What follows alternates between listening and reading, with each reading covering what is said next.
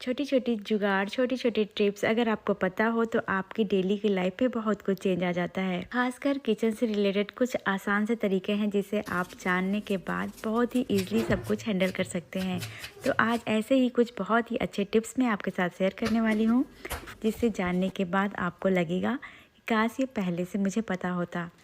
तो इस वीडियो में मेरा सबसे पहला ट्रिक ये है कि जब कभी किचन में दो बर्तन आपस में चिपक जाए, खासकर ये ग्लास के साथ अक्सर होता है। जब दो ग्लास एक दूसरे में काफ़ी देर से रखे रहने की वजह से चिपक जाता है। कभी कभी इस तरह से कटोरियाँ भी फंस जाती हैं जो जल्दी निकलती नहीं हैं। हमें बहुत परेशानी होता है ऐसे सिचुएशन में जब वो आपस में एकदम फंसी होती हैं।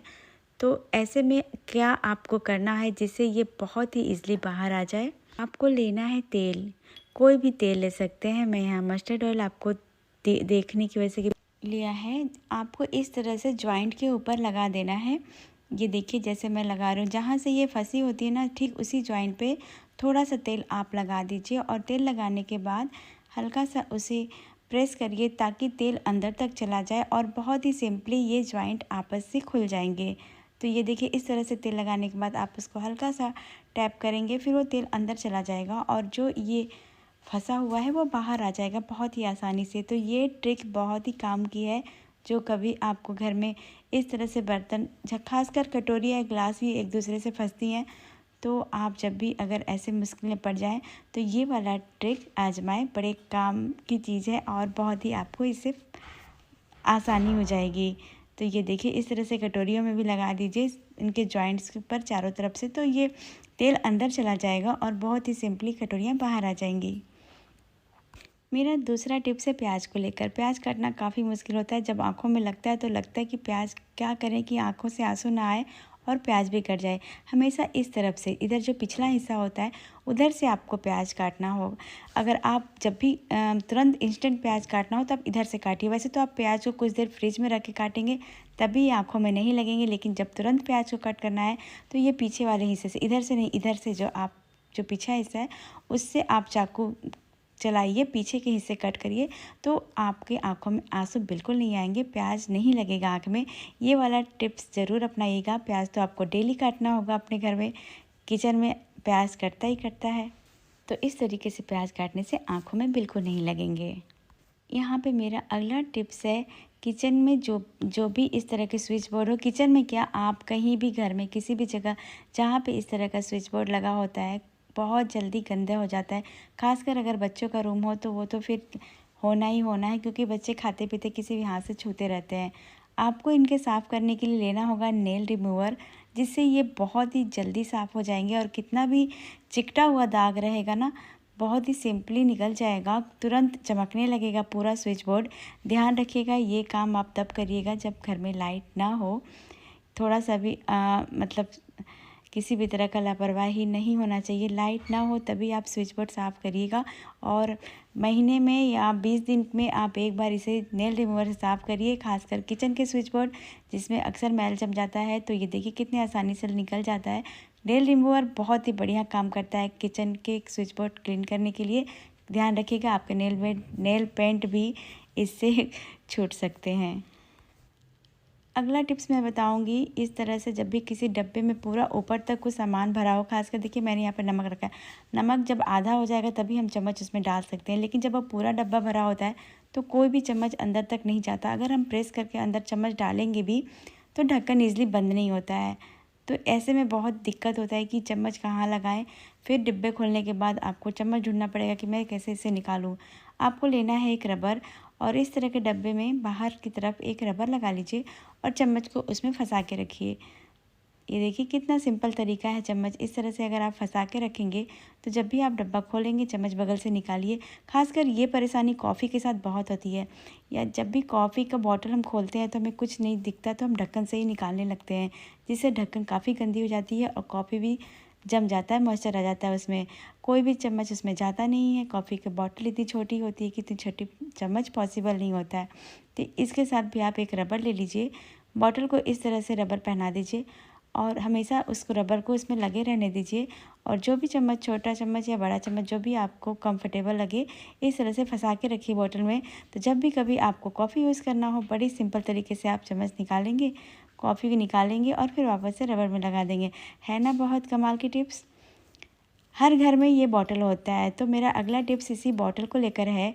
बॉटल ये काफ़ी काम की होती है। ठंड में मतलब गर्म पानी रखो या गर्मी में ठंडा पानी रखो।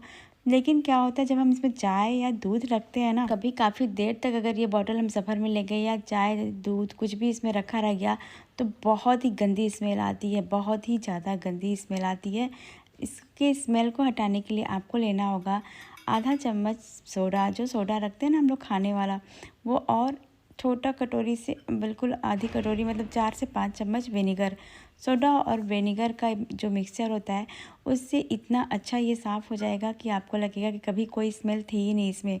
इन दोनों को मिलाकर थोड़ी देर तक इसे लगभग 5 मिनट तक आप छोड़ दीजिए। नीचे की तरफ भी लिक्विड को डाल लीजिएगा ताकि नीचे का ढक्कन में अच्छे से लिक्विड आ जाए। और 5 मिनट के बाद आप इसे खोलिए और इसी लिक्विड में फिर आप डाल लीजिए पानी और थोड़ा सा जो भी आप लिक्विड सॉप रखते हो जिसे आप डिश साफ़ करते हो उसको डाल के 1 से 2 बूंद पानी डाल के अच्छे से आपको फिर बॉटल को धो लेना है। जो रेगुलर आप जैसे धोते हैं बिल्कुल उस तरह से। बॉटल साफ़ करने का ब्रश हो अगर तो काफ़ी इजी हो जाता है ब्रश डाल के साफ़ करना, जिससे नीचे तक बहुत ही बढ़िया से सफाई हो जाती है। इस बोतल में सफाई बहुत मायने रखता है क्योंकि इसमें स्मेल बहुत ज़्यादा आता है, नीचे तक हाथ नहीं पहुंच पाता है।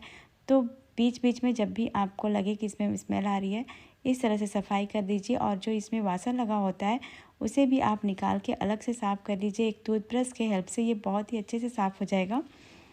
ढक्कन खासकर ध्यान रखिएगा क्योंकि अंदर अंदर तक इसमें दूध या चाय चला जाता है जो कि काफ़ी गंदा महकता है। जब वो ख़राब हो जाता है तो इसकी स्मेल साफ़ करने के बाद भी नहीं जाती है, लेकिन जब आप विनेगर और सोडा से धोएंगे तो स्मेल बिल्कुल अच्छे से गायब हो जाएगा। बहुत ही बढ़िया से इसमें चमक आ जाएगी। तो ये वाला तरीका आपके बहुत काम का है क्योंकि ये बॉटल तो अब हर घर में होता है और इसमें चाय कॉफ़ी दूध अक्सर यूज़ किया जाता है। तो हमेशा इसे ध्यान रखिए जब भी स्मेल आए तो इसे विनेगर और सोडा से साफ़ कर लीजिए। इसी तरह से जैसे मैं बता रही हूँ वासर को निकाल के फिर आप इसे ईज़िली यूज़ कर सकते हैं। और अगर आपको इसे यूज़ नहीं करना, इसे रखना है, तब भी आपको क्या करना है, जब आपका बॉटल सूख जाए पानी से तो एक पेपर को इस तरह से बिल्कुल इस तरह से रैप करके बॉल बना के उसके अंदर डाल के फिर इसे लंबे समय तक आप बॉटल को रख दीजिए, जिससे आपका बॉटल बिल्कुल फ्रेश रहेगा और इसमें किसी तरह का स्मेल नहीं आएगा। अगला टिप्स मेरे मसालों को लेकर है। मसालों के इस तरह के छोटे छोटे पैकेट्स हमारे किचन में ज़रूर होते हैं जिन्हें हम अक्सर यूज़ करते हैं, कभी सब्जी में, भाजी में या चाट मसाला वगैरह सब इस तरह के छोटे छोटे पैकेट्स में आते हैं जिन्हें खोल के किसी छोटे डिब्बे में भरो फिर तुरंत ख़त्म हो जाते हैं। अगर आप उसे बाहर रखेंगे तो सब में कीड़े लग जाएंगे, कभी काफ़ी टाइम हो जाता है तो सीलन भी लग जाता है। आप मसालों को इस तरह से फ्रिज में रखिए। जब भी कोई पैकेट यूज़ करने के बाद आप इसे फ्रिज का एक सेक्शन बना लीजिए मसालों को रखने के लिए। ये इसमें एकदम ताज़े और फ्रेश रहेंगे। मसालों के साथ साथ आप आटा, बेसन, मैदा भी फ्रिज में रखिए, बहुत लंबे समय तक ख़राब नहीं रहेंगे। ये मेरा पर्सनल अनुभव है जिससे काफ़ी मुझे फ़ायदा मिलता है। तो फ्रिज में अगर जगह हो तो बेसन, सत्तू, सूजी, आटा, मैदा भी आप फ्रिज में ही रखिए, काफ़ी अच्छा होता है।